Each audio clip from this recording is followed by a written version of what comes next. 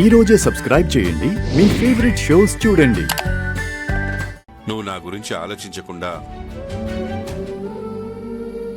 నీ ఆరోగ్యం జాగ్రత్తగా చూసుకో. వీలు చూసుకొని నేనే వస్తాను, సరేనా? నేను మళ్ళీ ఫోన్ చేస్తాను. ఉంటాను శ్యామల, జాగ్రత్త.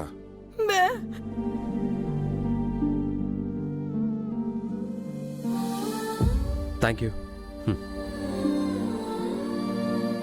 ఏంటి ఇప్పుడు నీకు సంతోషమా?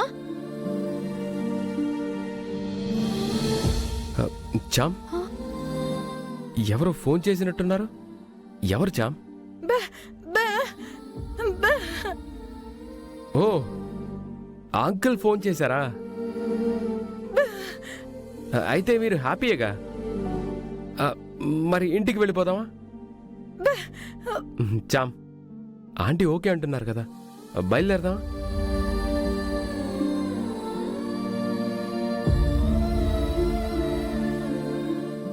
ఏం చూస్తున్నావు చామ్? ఆంటీ హ్యాపీ, నువ్వు హ్యాపీ, సో నేను హ్యాపీ. సరే, నేను డిశ్చార్జ్ సమ్మరీ రాయిస్తాను, వెళ్దాం.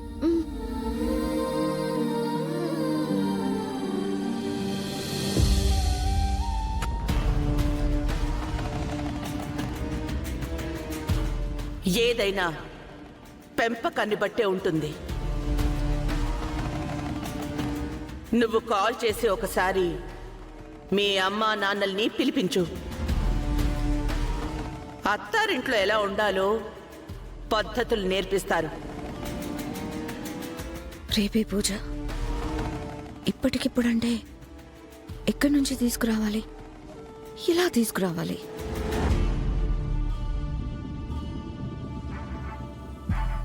శ్యామల, రాత్తా ఎలా ఉందో చూసిపోదామని వచ్చాను. ఇప్పుడు పర్లేదత్తా, పెద్ద ప్రమాదం తప్పింది. ఆపరేషన్ చేశాక కూడా కళ్ళు తెరవలేదు. అప్పుడు నాకు చాలా భయమేసింది. మంచి వాళ్ళకి దేవుడెప్పుడూ అన్యాయం చేయడు. ఇప్పుడు ఒంట్లో ఎలా ఉంది?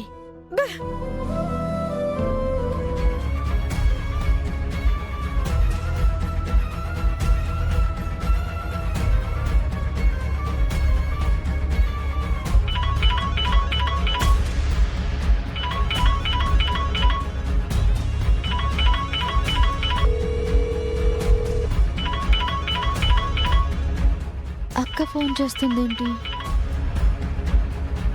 హలో, నీతో అర్జెంట్గా మాట్లాడాలి. బయట లోన్లో ఉన్నాను, రా. వస్తాను.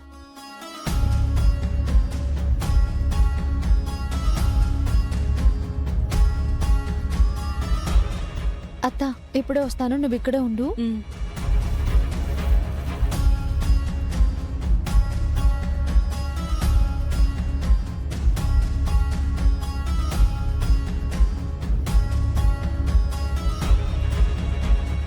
ఏంటక్క రమ్మన్నావు?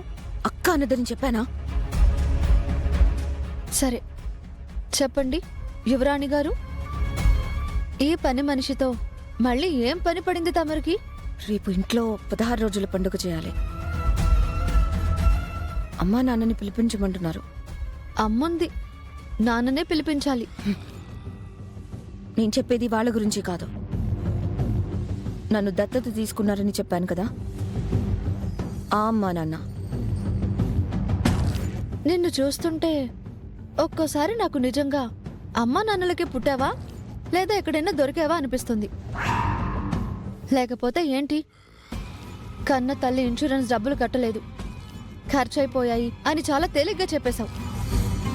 అమ్మకి అంత సీరియస్గా ఉంది కదా, ఎలా ఉందని ఒకే ఒక్క మాట అడిగావా? ఆపరేషన్కి 10 లక్షలు కావాలి, లేదంటే అమ్మ బ్రతకదు అని చెప్పారు. ఆ డబ్బులు దొరికాయా లేదా, అమ్మ ఎలా ఉంది, ఏమైందని ఒక్క క్షణమైనా ఆలోచించావా నువ్వు? ఇప్పుడు ఎవరి గురించి ఆలోచించే స్థితిలో నేను లేను. ఎవరూ చేరలేని స్థాయికి నేను చేరాను. ఇప్పుడు నేనున్న స్థాయిని ఎలా కాపాడుకోవాలని మాత్రమే ఆలోచించాలి.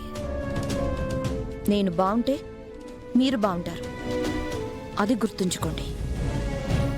నువ్వు ఈ ఇంట్లో అడుగు పెట్టడానికి మమ్మల్ని ఎలా బయటకు పంపించాలా అని ఆలోచించావు. అక్కడే అర్థమైంది నువ్వు మమ్మల్ని ఎంత బాగా చూసుకుంటావో. అయినా నువ్వు చేసిన తప్పు నీడలో తలదాచుకోవాల్సిన అవసరం మాకేం లేదు. ఎంత కష్టమైనా నిన్ను నా అక్కగా మార్చుకోవడానికే ప్రయత్నిస్తాను. అంతేకాని నీ తప్పుని సమర్థిస్తూ నీ నీడలో బతకాలని చూడము. మీరు ఎలా అయినా అనుకోండి, అది నాకు అనవసరం.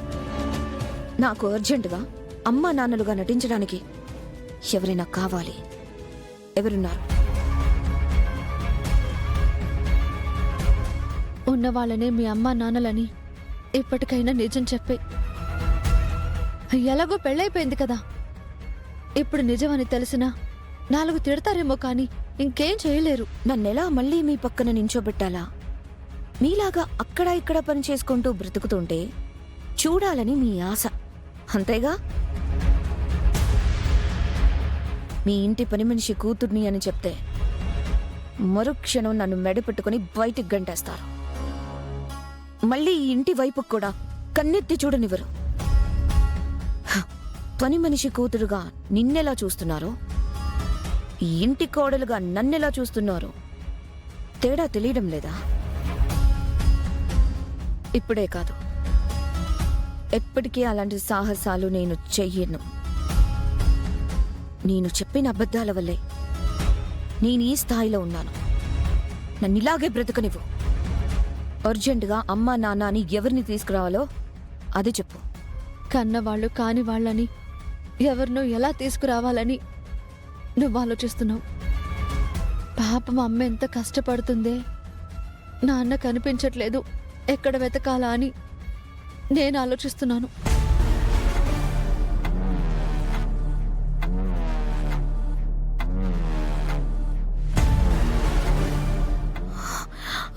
నాన్న కనిపించడం లేదా? గుళ్ళో కనిపించాడు. నిన్నెక్కడ చూస్తాడోనని నాన్న కంట పడనివ్వకుండా తప్పించుకుని వచ్చాను.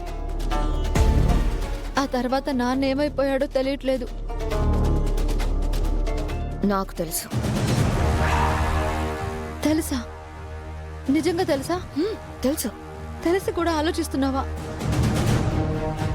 వాళ్ళ గురించి ఆలోచించడానికి నువ్వున్నావు, నా గురించి ఆలోచించడానికి నేను మాత్రమే ఉన్నాను. అమ్మ ఎక్కువ ఒత్తిడికి గురి కాకూడదని డాక్టర్ గారు చెప్పారే. ప్లీజ్ నాన్న ఎక్కడున్నాడో చెప్పు. అమ్మ త్వరగా కోలుకుంటుంది. నిజంగా నీకు అమ్మ కోలుకోవాలని ఉంటే నన్ను ఈ ప్రాబ్లం నుంచి బయటపడే. నాన్న ఎక్కడున్నారో చెప్తాను. నాన్న గురించి ఏదైనా చెప్పక్క. ఎక్కడున్నాడో చెప్పను, క్షేమంగా ఉన్నాడని మాత్రం చెప్పగలను. ముందు నా గురించి ఆలోచించు. నా ప్రాబ్లం సాల్వ్ అయిన మరుక్షణమే నాన్న ఎక్కడున్నాడో చెప్తాను. అక్క అక్క